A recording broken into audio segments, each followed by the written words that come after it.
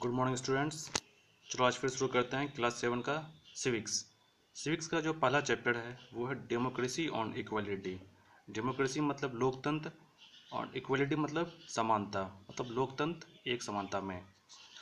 सबसे पहले देखते हैं कि इक्वलिटी क्या होता है। Equality is a condition in which adequate opportunities given to all. Equality एक ऐसा स्थिति है जिसमें कि हम सभी को पर्याप्त मात्रा में अवसर प्रदान करते हैं, उसे इक्वलिटी कहते हैं।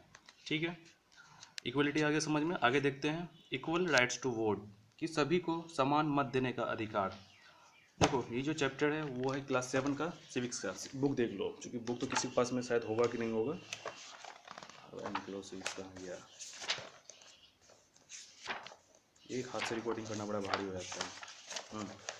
डेमोक्रेसी और इक्वलिटी, ये सिविक्स का फर्स्ट चैप्टर है। तो हम क्या किए हैं ना कि इसका जो संक्षेप है, जो समरी है, वो यहाँ पे लिख दिए हैं। इस कॉपी में लिखा हुआ है, इसको समझा देते हैं और हर किसी को ये नोट करना है। ठीक है। और एक चीज़ देखो, डिफरेंट टाइप्स ऑफ गवर्नमेंट, ये जो लिखा हुआ है ना, मोनार्ची, डिक्टेटरशिप और डेमोक्रेसी, ये हर किसी को तो ये तीनों टर्म मोनार्ची, डिक्टेटरशिप और डेमोक्रेसी, इसको लिख के पढ़ के और समझ के आना है और उसको याद भी करना है। पहला है मोनार्ची।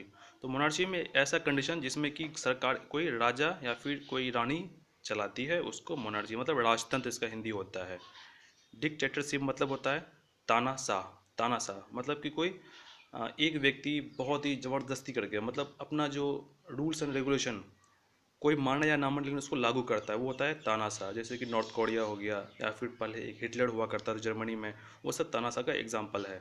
डेमोक्रेसी, डेमोक्रेसी एक ऐसा सरकार है जिसमें कि हम अपना रिप्रेजेंटेटिव या प्रतिनिधि चुनते हैं और वही प्रतिनिधि सरकार बनाती है। ठीक है, वो लोकतंत्र जैसे कि भारत में है, यूनाइटेड स्टेट ऑफ अमेरिका में है।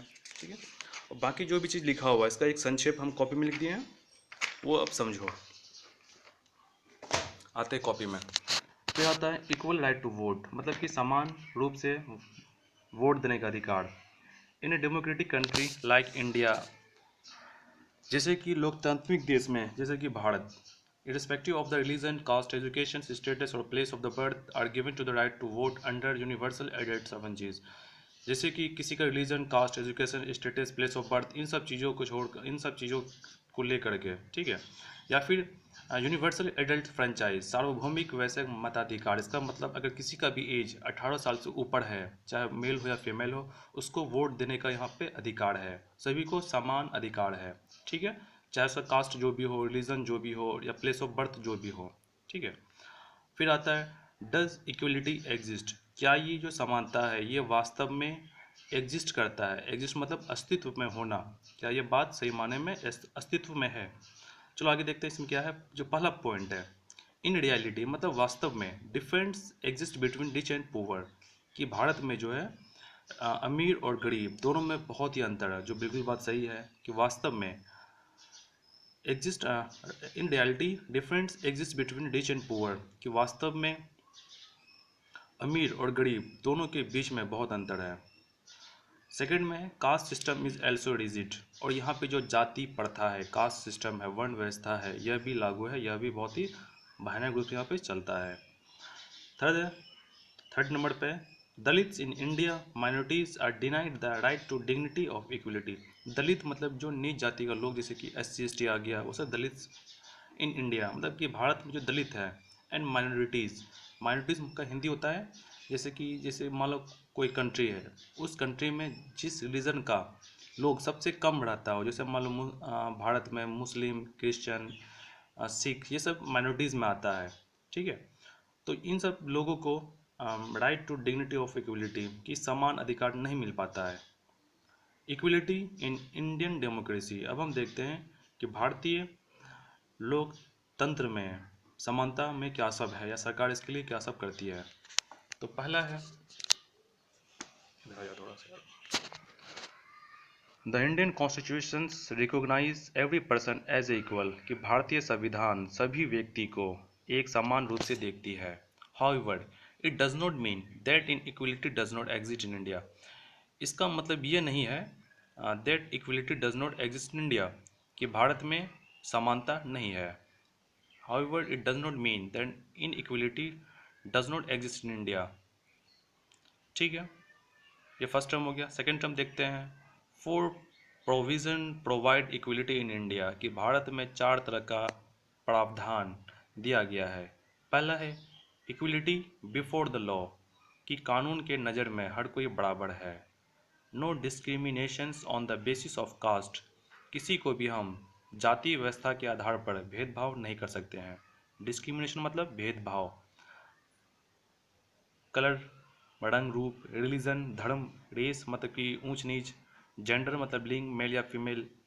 Everyone access to all public places and untouchability has been abolish, कि सभी को यह अधिकार है कि वो कोई भी पब्लिक प्लेसेस में जा सकता है।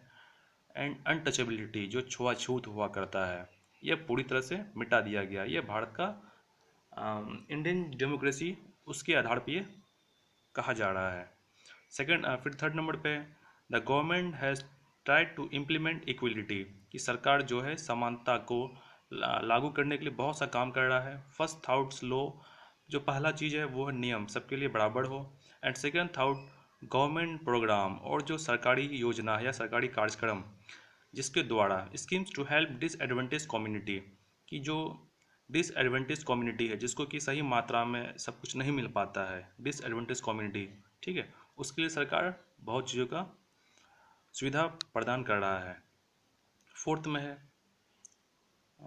Programme like mid day meal schemes have been launch to improve the attendance and enrolment ratio of children, की कार्यक्रम जैसे कि मिड डे मील, अभी सरकारी स्कूल में मिड डे मील दिया जाता है, जिसके कारण से have been launch to improve the attendance and the enrolment ratio of the children school, जिसके कारण से कि बच्चों का जो स्थिति है, जैसे मान लो उसको जो सही मात्रा में जो बैलेंस डाइट नहीं मिल पाता है उसको भी ठीक करा सके, और बच्चे जो स्कूल नहीं आते हैं सरकारी स्कूल में, तो इसका भी जो रेशियो है, ठीक है, वो भी सही किया जा सके। तो ये सब कार्यक्रम है जिसके द्वारा सरकार जो है देश में इक्वलिटी लाने का भरपूर रूप से कोशिश कर रहा है, ठीक है।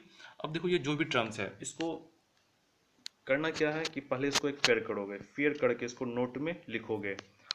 और देखो पूरा बुक का अगर हम निचोड़ देखते हैं या एक संक्षेप समरी देखते हैं तो ये एक समरी हो गया। इतना तो खैर हर किसी को लिखना है, जितना भी यहाँ पे लिखा हुआ है ये हर किसी को लिखना है। और इसका जो हिंदी है, सबका हिंदी हम बोल दिए हैं, अगर मन हो या फिर फुर्सत हो इसका हिंदी भी लिख लेना है। बाकी बुक में से देखते हैं कुछ, बुक में तो खैर देख ही चुके हो। एक हाथ से करना बड़ा भारी हो जाता है, कहाँ गया आराम से, सिविक्स निकलो।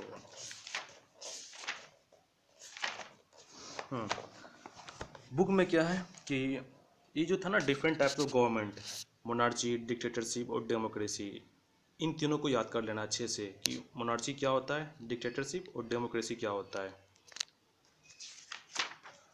आगे है गोल्स ऑफ डेमोक्रेसी, इसका क्या गोल है, क्या इसका उद्देश्य है। व्हाट इज़ इक्वलिटी, वो तो समझ गया। पॉलिटिकल इक्वलिटी, कि जो 18 साल से ऊपर का हो, चाहे सेक्स, रिलीजन जो भी हो, इस सब के आधार पे वो वोट दे सकता है। इकोनॉमिक इक्वलिटी, इकोनॉमिक होता है कि अर्थव्यवस्था, ठीक है, जैसे मान लो कोई गरीब है कोई अमीर है तो उसमें भी भेदभाव होता है। इक्वलिटी इक्वलिटी भी होना बहुत जरूरी है। अदर्स फॉर्म ऑफ अनइक्वलिटी,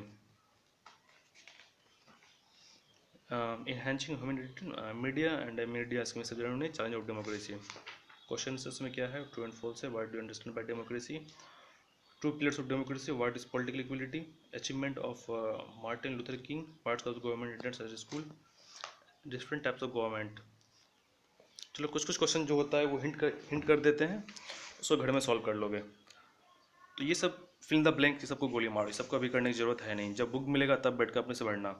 पहला क्वेश्चन है what do you understand by democracy, तो वही लिखना, democracy is a form of government in which people choose the representative and representative make the government. या फर्स्ट पेज में जो इसका लिखा हुआ है डेमोक्रेसी क्या होता है, ये वाला छाप देना, ये लास्ट वाला, government by the people sometimes directly sometimes indirectly, ठीक है, इसको लिख देना, यहाँ से यहाँ तक कंप्लीट है। या फिर ये लिख दो, मार्टिन लूथर किंग का, democracy is the government of people bye the people and for the people, ठीक है।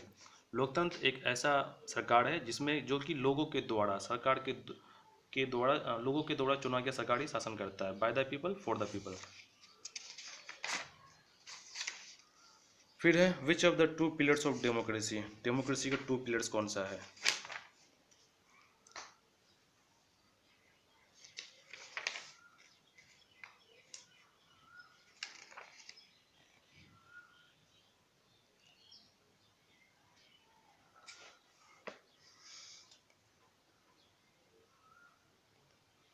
हाँ, justice and equality are two pillars of democracy, यहाँ लिखा हुआ है justice and equality two pillars of democracy. Justice to give each one of the due to him her a person, ठीक है, ये यहाँ से तक इसका आंसर आ जाएगा, या फिर यहाँ से यहाँ तक लिख दो, ये भी सही है नंबर 2 का। चलो मिल गया, फिर आगे देखते हैं। What is a political equality, कि पॉलिटिकल इक्वलिटी क्या होता है?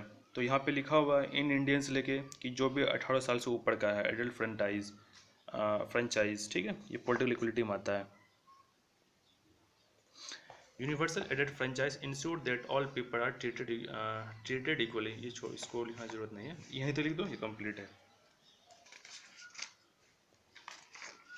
फिर आगे है right the achievement of Martin Luther king, Martin Luther king का क्या सब अचीवमेंट है, तो इसके बारे में यहाँ दिया होगा, कहाँ गया मार्टिन लूथर किंग,